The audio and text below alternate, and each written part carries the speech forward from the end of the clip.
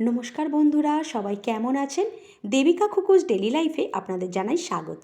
তো বেশ অনেক দিন আপনাদের সাথে কোনো ভিডিও শেয়ার করা হয়নি, তাই অনেক দিন পর আজকে আমি চলে এসেছি আমার একটা মাটনের রেসিপি নিয়ে আপনাদের সাথে শেয়ার করতে।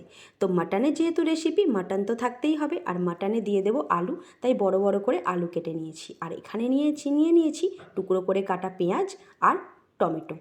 আর ফোড়ন দেবার জন্য নিয়েছি এখানে গোটা জিরে, গোটা গরম মশলা আর শুকনো লঙ্কা। তো কড়াইতে প্রথমেই তেল গরম করে নিয়ে দিয়ে দিচ্ছি গোটা গরম মশলা।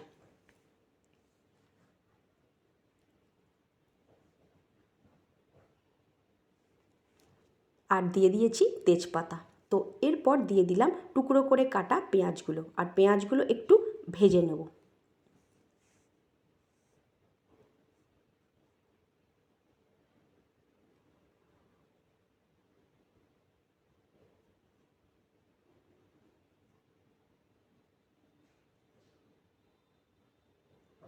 আর যেহেতু দুটো বড় বড় আমি তেজপাতা দিয়ে দিয়েছি, তাই নাড়তে চাড়তে অসুবিধা হচ্ছে বলে একটা তেজপাতা আমি তুলে রাখলাম, তো এটা পরে দিয়ে দেব। আর এরপর ভালো করে পেঁয়াজটাকে আমি একটু ভাজা করে নেব।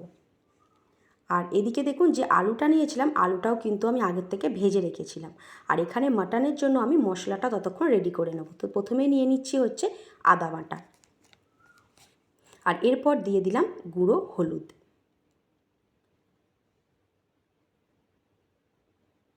আর এরপর দিয়ে দিচ্ছি ধনে গুঁড়ো,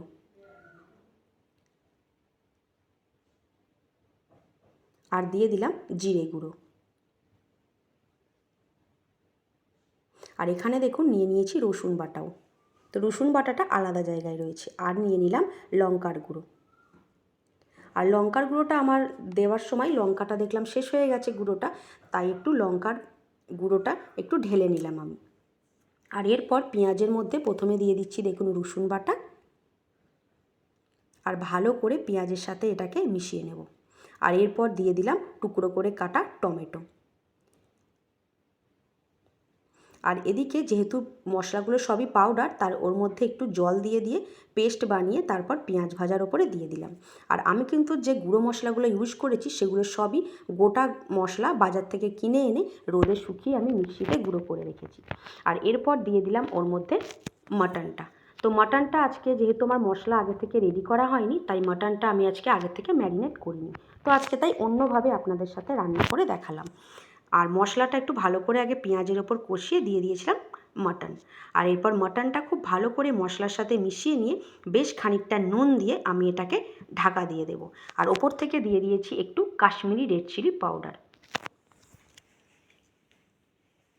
আর আমি মাটনটা গ্যাসটা একদম কমিয়ে দিয়ে ঢাকা দিয়ে আস্তে আস্তে বেশ খানিকটা সময় নিয়ে ভালো করে কষিয়ে নেব। মাটন কিন্তু যে কোনো জিনিসই একটু ঢাকা দিয়ে গ্যাস কমিয়ে আস্তে আস্তে কষালে কষানোটা কিন্তু খুব ভালো হয়। তো দেখুন মাটনটা কি দারুণ কষানো হচ্ছে, আর জলও কিন্তু বেরিয়েছে। আর এরপর আমি আবার একবার ঢাকা দিয়ে দিচ্ছি। তো দেখুন কি দারুণ মাটনটা কষানো হয়েছে, আর কালারটাও কিন্তু দারুণ এসেছে। তো জলটা এখনও রয়েছে, তাই এই জলটা আরেকটু শুকিয়ে নেব। আরও একবার ঢাকা দিয়ে আমি একটু কষিয়ে নেব।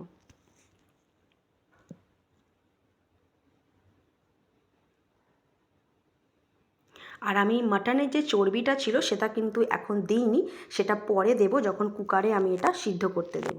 কারণ চর্বিটা দেখবেন মাটনের মধ্যে দিয়ে কষালে গলে যায়, আর যখন মাংসের ঝোলটা ঠান্ডা হয়ে যায় একটু গাঢ় হয়ে বসে যায়। তাই চর্বিটা আমি পরে দেব, তাতে করে যার চর্বি খাবার ইচ্ছা সে খেতে পারবে, এটা গলে যাবে না। আর এখানে মাটনটা কিন্তু আমার কষানো হয়ে গেছে, আর দেখুন আমি কুকারে দিয়ে দিলাম চর্বিটা। যদি কারোর খাবার ইচ্ছা হয় সে খেতে পারবে। আর দিয়ে দিয়েছি আলু। তো আলুটা মশলার সাথে কষাইনি, অনেকটা পরিমাণ হয়ে গেলে কষানোর অসুবিধা হয় তার জন্য। আর এখানে দিয়ে দিলাম কাঁচা লঙ্কা, আর দিয়ে দিচ্ছি নুন। তো আলুটা কিন্তু পরে দিলেও তাতে টেস্টের কোনো হেরফের হয় না। তো অবশ্যই আপনারা এইভাবে ট্রাই করে দেখবেন। আর এরপর দিয়ে দিচ্ছি কুকারের সিটি। তো আজকের ভিডিওটা আমার এই পর্যন্তই। আপনাদের কেমন লাগলো অবশ্যই কিন্তু কমেন্ট করে জানাবেন। সকলে খুব ভালো থাকবেন, সুস্থ থাকবেন। টাটা।